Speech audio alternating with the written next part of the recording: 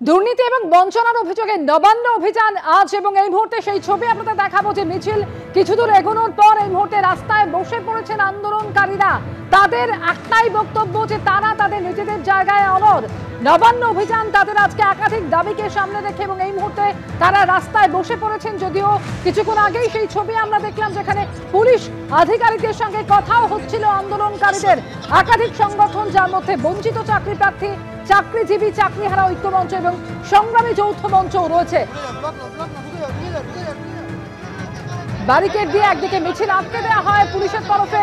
এই মুহূর্তে বিশাল একটা দুর্ভেদ্য দুর্গ তৈরি করা হয়েছে, মানুষ সমান উঁচু ব্যারিকেড করে রাখা হয়েছে যাতে মিছিল কোনোভাবেই বেশি দূর এগোতে না পারে।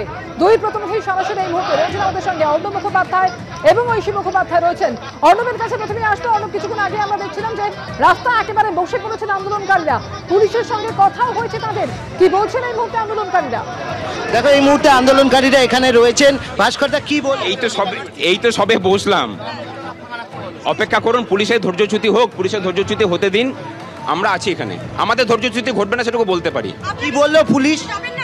তারা বলেছেন যে আপনারা যদি চান, এই জায়গাটা বড় রোদ আছে, গরম বেশি, ওখানটাতে তারা নাকি এসির ব্যবস্থা করে রেখেছেন। মানে আমাদের অসুবিধা নেই, কারণ আমরা তো এসিতে থাকা লোক নয়। তারা আধিকারিক মানুষ, তারা এসিতে থাকেন, থেকে পরে এই রাজ্যের বাঙালিদেরকে শোষণ করার, নিষ্পেষিত করার নীল নকশাটা তারা রচনা করেন। আমরা বলেছি কোনো কিছুর প্রয়োজন নয়, এখানেই আমরা আছি। এই রাজ্যের মুখ্যমন্ত্রী প্রতিদিন এই রাজ্যের জনগণকে, এই রাজ্যের বেকার ছেলে মেয়েদের, চাকরি প্রার্থীদের, চাকরিহারাদের, চাকরিজীবীদের মশলা মাখিয়ে প্রতিদিন রোস্ট করছেন। কতদিন থাকবেন, কতক্ষণ থাকবেন দেখা যাক না, সময় উত্তর দেবে। কি বলবেন? শুনুন, পুলিশ প্রশাসন বলছে গাছের তলায় গিয়ে বসতে। আমরা বলছি 14 তলার ঠান্ডা ঘর থেকে যারা সারা রাজ্যকে জ্বালাচ্ছেন, আগুন ধরাচ্ছেন, তার বিরুদ্ধে নয় আমরা একটু ঘামি ছড়ালাম। আমরা প্রতিদিন রাস্তায় আছি, আজকেও থাকি।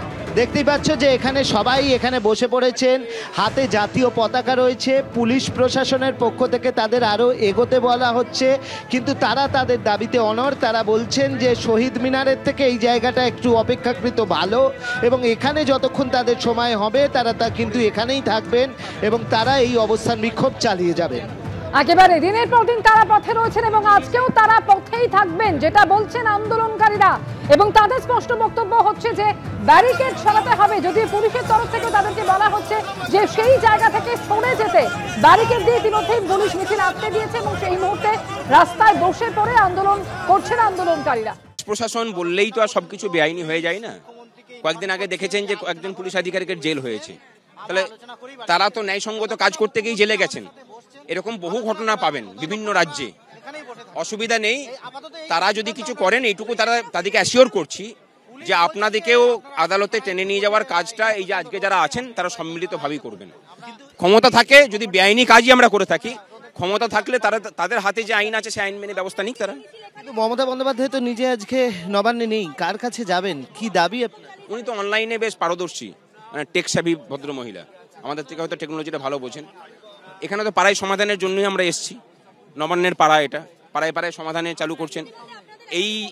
এই পাড়ায় সমাধান দিয়েই ওনার স্বপ্নের প্রকল্পটা বাস্তবায়িত হোক। কতক্ষণ অবধি থাকবে? এই কতক্ষণের সময়সীমাটা কিন্তু আমাদের হাতে নেই, এটা এখানে যারা প্রশাসন আছেন তাদের হাতে। আমরা দাবি পূরণের জন্য এসেছি, দাবি মেটানোর কাজটা কারা করবেন? প্রশাসনকেই করতে হবে।